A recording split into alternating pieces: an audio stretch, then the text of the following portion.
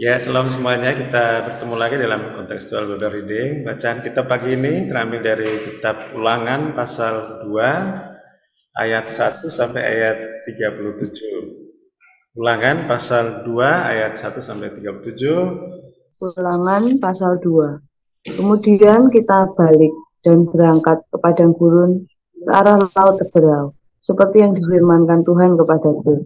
Lama kita berjalan keliling pegunungan Seir. Lalu berfirmanlah Tuhan kepadaku demikian. Telah cukup lamanya kamu berjalan keliling pegunungan ini, beloklah sekarang ke utara. Perintahkanlah kepada bangsa itu demikian. Sebentar lagi kamu akan berjalan melalui daerah saudara-saudaramu, Bani Esau, yang tinggal di Seir. Mereka akan takut kepadamu, tetapi hati-hatilah sekali. Janganlah menyerang mereka, sebab aku tidak akan memberikan kepadamu setapak kaki dari negeri mereka. Karena kepada Esau telah kuberikan pegunungan Seir menjadi miliknya. Makanan haruslah kamu beli dari mereka dengan uang, supaya kamu dapat makan. Juga air haruslah kamu beli dari mereka dengan uang, supaya kamu dapat minum. Sebab Tuhan Allahmu memberkati engkau dalam segala pekerjaan tanganmu, yang memperhatikan perjalananmu melalui padang gurun yang besar ini. Ke-40 tahun ini Tuhan Allahmu menyertai engkau, dan engkau tidak kekurangan apapun. Kemudian kita berjalan terus, meninggalkan daerah saudara-saudara kita, Bani Esau yang diam di Seir, meninggalkan jalan dari Araba Yordan, yakni dari Elat dan Ezion Geber. Sesudah itu kita belok dan berjalan terus ke arah padang gurun Moab. Lalu berfirmanlah Tuhan kepadaku, janganlah melawan Moab dan janganlah menyerang mereka, sebab aku tidak akan memberikan kepadamu apapun dari negerinya menjadi milikmu, karena Ar telah kuberikan kepada Bani Lot menjadi miliknya. Dahulu orang Ernim diam di sana, suatu bangsa yang besar dan banyak jumlahnya, tinggi seperti orang Enak. Mereka itu pun dikira orang Refaim, seperti juga orang Enak, tetapi orang Moab menyebut mereka orang Ernim.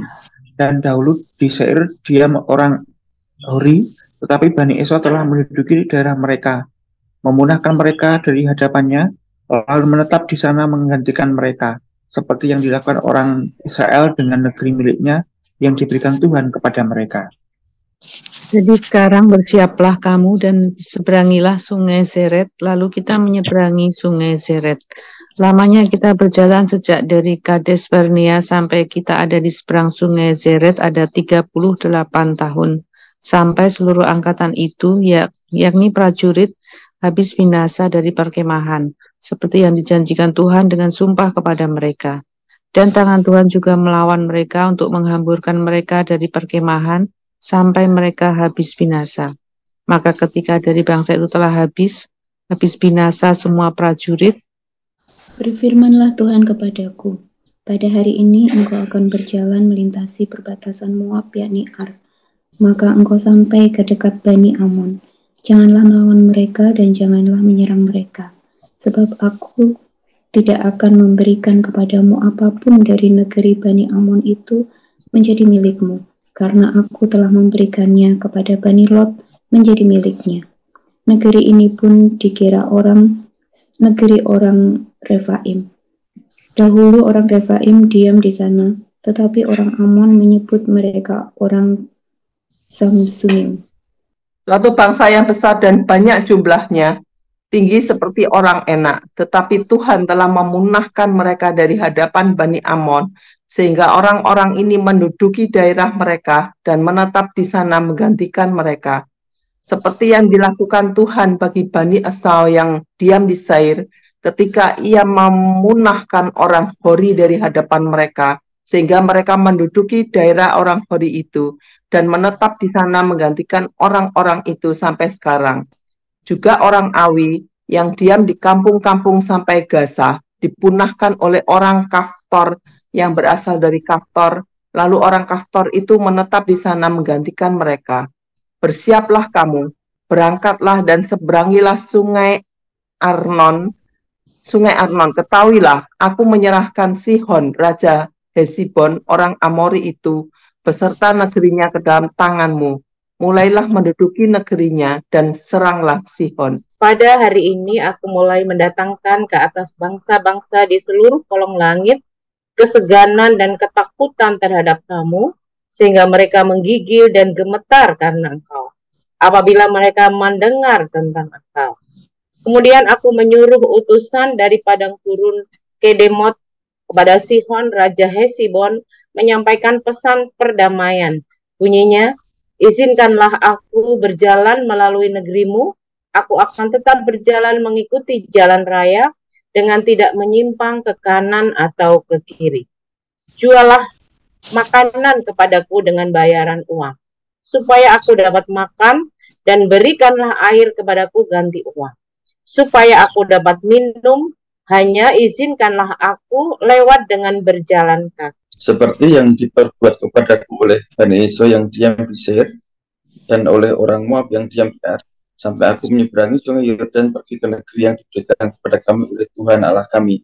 Tetapi Sihon, Raja Hesibon, tidak mau memberita berjalan melalui daerahnya, sebab Tuhan Allahmu membuat dia keras kepala dan tegar hati, dengan maksud menyerahkan dia ke dalam tanganmu seperti yang terjadi sekarang ini. Lalu Tuhan berfirman kepadaku, ketahuilah, aku mulai menyerahkan Sihon dan negerinya kepadamu. Mulailah menduduki negerinya supaya menjadi milikmu. Kemudian Sihon dan seluruh tentaranya maju mendatangi kita untuk berperang dekat Yahaz. Tetapi Tuhan Allah kita menyerahkan dia kepada kita, sehingga kita mengalahkan dia dengan anak-anaknya dan seluruh tentaranya. Pada waktu itu kita merebut segala kotanya dan menumpas penduduk setiap kota, laki-laki dan perempuan serta anak-anak. Tidak ada seorang pun yang kita biarkan terluput. Hanya hewan kita rampas bagi kita sendiri, seperti juga jarahan dari kota-kota yang telah kita rebut, mulai dari Aro, di tepi sungai Arnon, dan kota di lembah itu, sampai Gilead. Tidak ada kota yang bentengnya terlalu kuat bagi kita, sebab Tuhan Allah kita menyerahkan semuanya kepada kita. Hanya negeri Bani Amon tidak engkau dekati, baik sungai Yabok sepanjang tepinya maupun kota-kota di pegunungan, tepat seperti yang dilarang Tuhan Allah kita. Ya, terima kasih. Ustaz terkasih, Musa meriwayatkan kembali perjalanan umat Tuhan yang dipimpinnya dalam beberapa babak penjelasan, dan pagi ini kita membaca, akan coba merenungkan bersama bagaimana riwayat perjalanan di padang gurun. Di pasal 2 ini dijelaskan kembali oleh Musa kepada audiens yang siap untuk memasuki tanah Kanaan berkenaan dengan dinamika perjalanan umat Tuhan dari satu tempat ke tempat yang lain. Dan kalau kita perhatikan ayat-ayat ini, saya di ayat yang kedua dikatakan, lalu berfirman Tuhan kepadaku demikian, telah cukup lamanya kamu berjalan keliling pegunungan ini, beloklah sekarang ke utara. Dan Musa harus memerintahkan bangsa itu demikian, dan mereka bergerak dari tempat itu ke kota-kota tujuan. Nah, menarik sekali dalam ayat yang ke-4 dan 5, kita lihat lagi langsung ayat yang ke-5, dikatakan bahwa ketika melewati daerah di Seir itu, ini wilayahnya Bani Esau, dan ini tentu saudaranya, atau wilayah yang kepemilikannya itu adalah Esau dan tentu keturunannya. Ayat 5, perintah Tuhan katakan, tetapi hati-hatilah sekali, janganlah menyerang mereka, sebab aku tidak akan memberikan kepadamu setapak kaki dari negeri mereka, karena kepada Esau telah kuberikan pegunungan Seir menjadi miliknya. Jadi Tuhan sudah memetakan wilayah itu bagi Esau dan keturunannya. Oleh karena itu umat Tuhan tidak usah punya niat untuk memiliki, mereka harus bersikap hati-hati dalam perjalanan itu, dan kebutuhan logistik pun Tuhan sediakan melalui bangsa ini atau Esau dan keturunannya, tapi umat Tuhan harus membayarnya. Ya, dikatakan makanan haruslah kamu beli dari mereka dengan uang, kemudian air juga harus kamu beli dari mereka dengan uang. Ayat yang ke-7, ini catatan penting. Sebab Tuhan Allahmu memberkati engkau dalam segala perjalanan pekerjaan tanganmu. Ia memperhatikan perjalananmu melalui padang gurun besar ini. Ke-40 tahun ini Tuhan Allahmu menyertai engkau dan engkau tidak kekurangan apapun. Jadi rekaman sejarah ini sesungguhnya bukan rekaman sejarah hidup umat itu saja yang imanen ini, tapi dari bagian ini generasi akan masuk ke tanah Kanaan harus mengerti tentang yang supranatural, itu yang imanen dengan bangsa ini. Jadi story-nya dia atau his story gitu, sejarahnya Allah yang supranatural itu di dalam realita perjalanan sejarah imanensi dari bangsa ini. Dan tegas sekali dikatakan bahwa Tuhan Allah yang supranatural itu bertindak dalam sejarah umat ini, sejarah positif, bergerak dari hari, minggu, bulan, dan tahun, dan dia menyediakan segala kebutuhan, rasa aman ya, kebutuhan-kebutuhan logistik juga disediakan menurut caranya.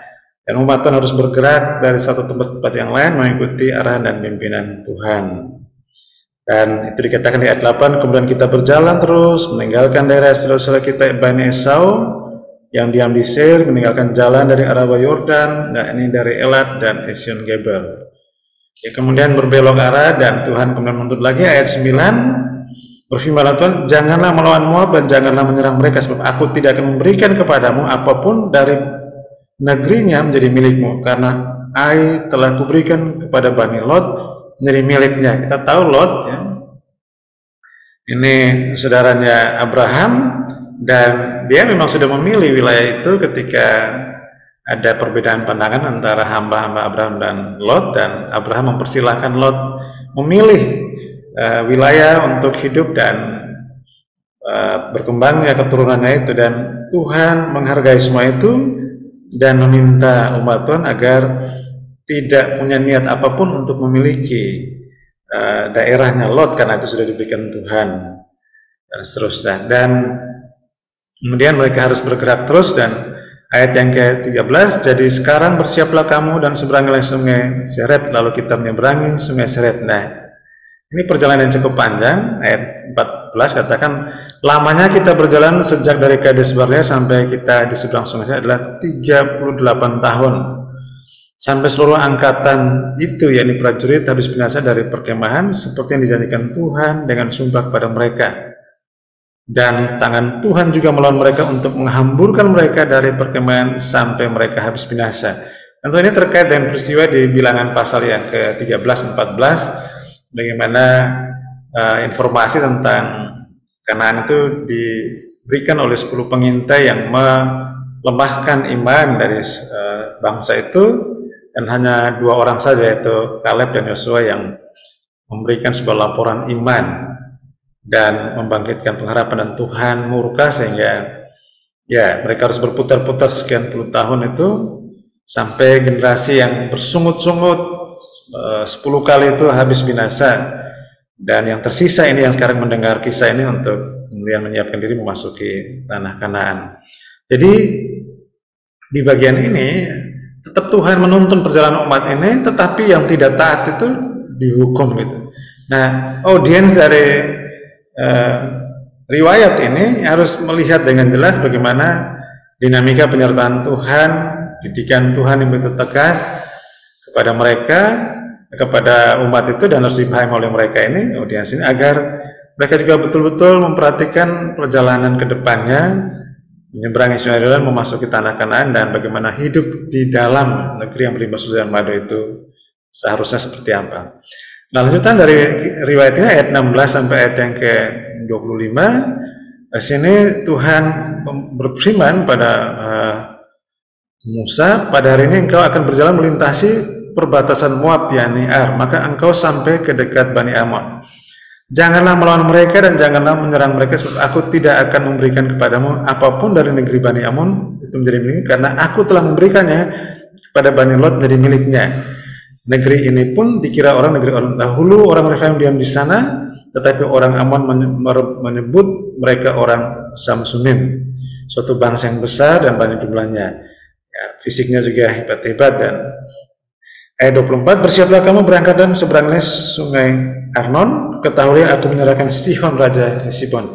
Apa yang bisa kita cermati dari dinamika perjalanan dari Seret sampai wilayah ini, bahwa Tuhan tetap mengarahkan mereka untuk hidup bersikap yang benar terhadap bangsa-bangsa sekitar wilayah yang akan dilewati. Ada perintahnya, ada larangannya, dan ini yang harus diperhatikan oleh umatnya. Dan ayat 26 sampai dengan ayat yang ke-37 berkenaan dengan peperangan melawan Sihon, ya, raja Hesibon. Jelas sekali firman Tuhan agar ada utusan yang dikirim untuk memberitahu dan minta izin, ya. Izinkanlah aku berjalan melalui negerimu, ya. Tetapi apa yang terjadi? Ayat yang ke-30, tapi Sihon raja Hesibon tidak mau memberi kita berjalan melalui daerahnya, sebab Tuhan Allahmu membuat dia keras kepala dan tegar hati, dengan maksud menyerahkan dia ke dalam tanganmu seperti yang terjadi sekarang ini. Jadi di bagian ini umat Tuhan minta supaya bisa melewati daerahnya, air akan dibeli, makanan akan dibeli, tapi ternyata Sihon raja Hesibon ini tidak bersedia, justru menyerang umat Tuhan. Dan Tuhan memberikan pertolongan, kemenangan. Bahkan di ayat-ayat yang bagian akhir, kita perhatikan ayat yang ke-36, mulai dari Aro di tepi sungai Amnon dan kota di lembah itu sampai Gilead, tidak ada kota yang bentengnya terlalu kuat bagi kita, sebab Tuhan Allah kita menyerahkannya semuanya kepada kita. Jadi Tuhan memberikan pertolongan, memberikan kemenangan, bahkan membuat bangsa-bangsa itu gemetar, menggigil, dan dikatakan kota bentengnya, ya, tidak ada kota benteng dari musuh itu yang terlalu kuat bagi kita. Artinya kehadiran Tuhan itu betul-betul nyata dalam perjalanan umat ini. Di ayat yang ke-25 dikatakan, pada harinya aku mulai mendatangkan ke atas bangsa-bangsa di kolong langit keseganan dan ketakutan terhadap kamu, sehingga mereka menggigil dan gemetar karena engkau apabila mereka mendengar tentang kamu. Dan ayat 36 tadi katakan, tidak ada kota yang bentengnya terlalu kuat bagi kita, sebab Tuhan yang memberikan pertolongan, kemenangan, dan menyerahkan itu kepada umatnya. Nah, ini sebuah perjalanan, riwayat perjalanan umat Tuhan yang dikisahkan oleh Musa kepada sisa atau kelompok orang percaya ini, umat Tuhan yang siap sedia untuk menyeberang Yordan dan memasuki tanah Kanaan. Ada dinamika perjalanan hidup umat ini, ada naik turunnya kehidupan umat berkenaan ketaatan mereka. Tapi Tuhan itu Tuhan yang hidup, ya, yang transenden, itu imanen dengan umatnya, menolong, menyertai, menuntun dari satu kota ke kota yang lain, dari satu tempat ke tempat yang lain, dari satu kondisi kemudian berada situasi kondisi yang lain, dan hadirannya itu begitu nyata, sehingga sesungguhnya audiens dari riwayatnya Musa ini berkaitan dengan kisah bangsa ini, umat Tuhan berjalan di padang gurun maupun melawan Raja Hesibon. Mereka perlu melihat tentang kisahnya nenek moyang yang berjalan melintasi itu, tapi juga mengenal sungguh-sungguh bagaimana kisahnya Allah yang supranatural itu menyejarah dalam perjalanan hidup mereka. Dari bacaan kita pada pagi hari ini, ada beberapa amanat teks yang harus kita perhatikan dan renungkan sungguh-sungguh. Yang pertama, bahwa hidup sejati adalah suatu ziarah iman bersama Allah menuju tujuannya. Jadi perjalanan umat ini sebuah perjalanan iman bersama Allah yang nyata dalam perjalanan itu menuju tujuannya, tujuan Allah. Mereka tidak boleh mengikuti maunya sendiri, tapi yang diperintahkan itu harus dikerjakan, yang dilarang harus ditaati, sehingga mencapai tujuan itu. Yang kedua, bahwa ketidaktaatan mendatangkan kebinasaan, dan sebaliknya ketaatan akan membawa kemenangan, berkat, serta pencapaian visi Allah itu. Wilayah yang dikehendaki untuk dimiliki diserahkan Tuhan, tanahnya boleh dinikmati, dan Tuhan membesarkan umat ini di hadapan bangsa-bangsa lain. Bangsa-bangsa yang boleh melihat bahwa ada Tuhan Allah yang hidup, yang nyata di dalam kehidupan umat Tuhan ini.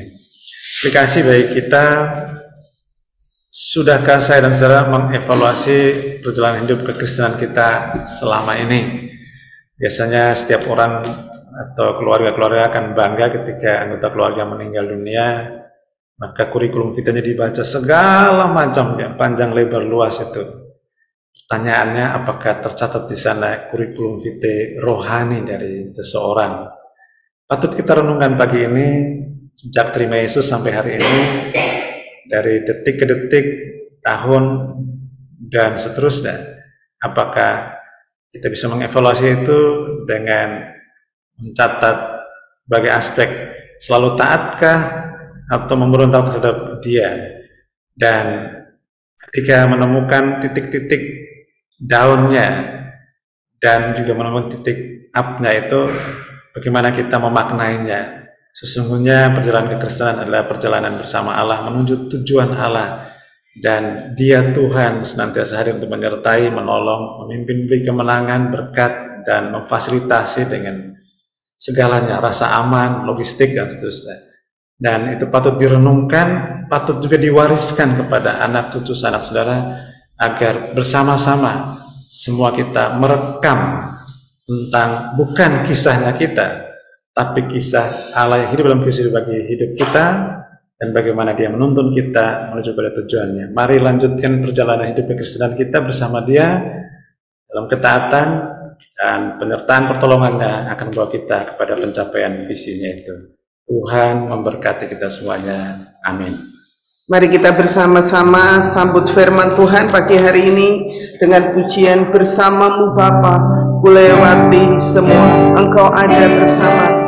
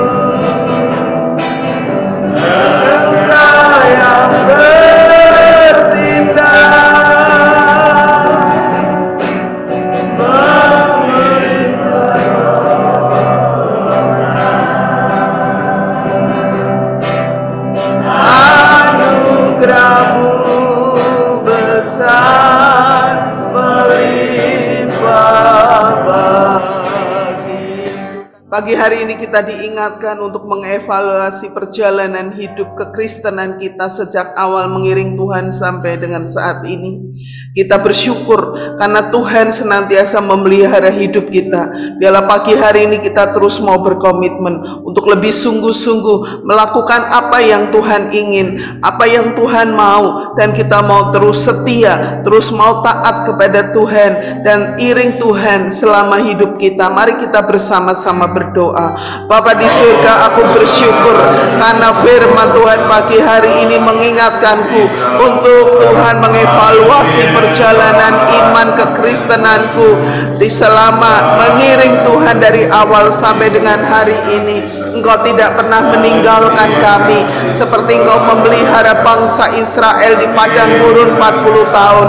Kami belajar untuk terus setia, kami terus mau taat, kami terus mau berkomitmen hidup benar, hidup kudus, hidup sesuai dengan perkenan Tuhan, melakukan apa yang Tuhan inginkan, mengerjakan apa yang Tuhan mau, yang menyenangkan hati-Mu. Tuhan, ampuni segala dosaku, segala dosa kami ya Tuhan. Kalau sering kali kami melupakan dan tidak sungguh-sungguh mengiring Engkau, kami mau menjadi murid-murid Kristus yang setia, yang berkenan di hadapan Tuhan. Berkati setiap kami ya Tuhan. Terima kasih Tuhan, terima kasih. Di dalam nama Yesus kami berdoa, kami mengucap syukur. Terima kasih Tuhan, terima kasih.